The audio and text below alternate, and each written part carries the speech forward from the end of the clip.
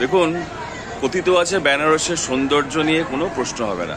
ভারতবর্ষ অন্যতম প্রাচীন এই শহর বেনারস। মূলত বেনারস এবং অযোধ্যা দুটো জায়গা ছিল আমার লক্ষ্য, মধ্য ভারতই বলা চলে ভারতবর্ষের মধ্যে। এবং এই দুটো জায়গার বিশেষত্ব হচ্ছে ভারতবর্ষে যেমন অন্যতম প্রাচীন শহর, তেমনি দীর্ঘ টাল বাহানা, দীর্ঘ বিতর্কের অবসান ঘটিয়ে রাম মন্দির উদ্বোধন, যেটা কিন্তু ভারতবর্ষের সনাতনী সমাজের কাছে একটা অন্যতম নিদর্শন হয়ে রয়েছে। ঠিক আপনারা এখানে দেখতে পাচ্ছেন আমার একেবারে পিছনে বেনারসের যে সুদীর্ঘ যে প্রাচীন যে তার যে গঙ্গা এবং যে ডিঙি নৌকো, একাধিক নৌকো, যা বেনারসের মতো একটা স্থাপত্যের, তার যে পুরনো স্থাপত্যের নিদর্শন। কারণ এই জিনিসটা যদি দেখা যায় এক ঝলকে বলা যায় ভারতবর্ষের কোন শহর সেটা চিনতে কিন্তু কোনো সমস্যা থাকার কথা নয়। আমরা উপস্থিত হয়েছি মূলত দুরকম উদ্দেশ্য, একটা ভ্রমণও বটে, একটা খবরের পিপাসা মেটানোর রাস্তাও বটে। যখন এখানে এসেছি মূলত আমার এইটা নিয়ে তিন নম্বর বার যে আমি এখানে এসে উপস্থিত হয়েছি, যেখানে আমি বেনারসের সৌন্দর্য আমি আমার দর্শকদের সামনে তুলে ধরছি নিউজ আজকে শৈলীর পর্দা তথা আমার ব্লগের মধ্য দিয়ে।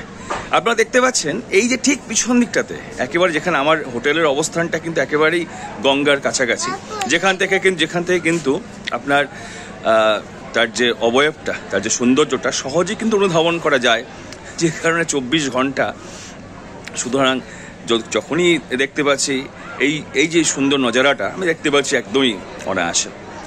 অবশ্যই কিন্তু পেনও চলছে, তার সঙ্গে সঙ্গে আপনার সাথে তথ্য তুলে ধরছি, এটা আপনারাও হয়তো বহুবার এখানে এসছেন বা ভবিষ্যতে আসবেন বা হয়তো আসার পরিকল্পনা করছেন, কিন্তু আপনারা যখন দেখবেন আপনার স্মৃতিমন্থন যেমন হবে বা যারা নতুন আসবেন তারা কিন্তু কোনো তথ্য অনুধাবন করতে পারবেন আমার এই ভিডিওটার মধ্য দিয়ে।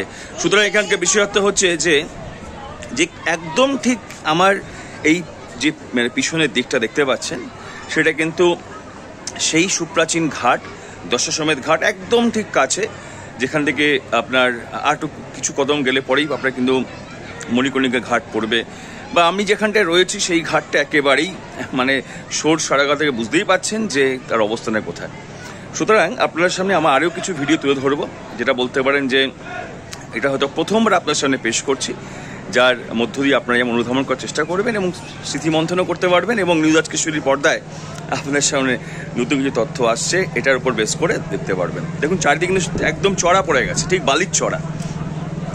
এখন সেটা কি প্রকৃতির রোষে হয়েছে না কি কারণ সে তো গবেষণার বিষয়, কিন্তু এটা কিন্তু দীর্ঘদিন ধরে এই অবস্থানটা রয়েছে। সুতরাং আপনারা দেখতে থাকুন, আমি আরও কিছু বিশেষ খবর তৈরি করছি আমার নিউজ আজকে শৈলীর পর্দার মধ্য দিয়ে। সুতরাং আপনারা অবশ্যই কিন্তু ঘরে বসে বা আপনাদের মোবাইলের ইউটিউবের মধ্য দিয়ে, এই চ্যানেলের মধ্য দিয়ে আপনারা কিন্তু কিছুটা স্বাদ পাবেন বেনারসে উপস্থিত না থেকেও, অযোধ্যা উপস্থিত না থেকেও এখানকার যে স্থাপত্য, এখানকার যে ইতিহাস এবং এখানকার যে ঘটনাগুলো আপনারা মন্থন করুন।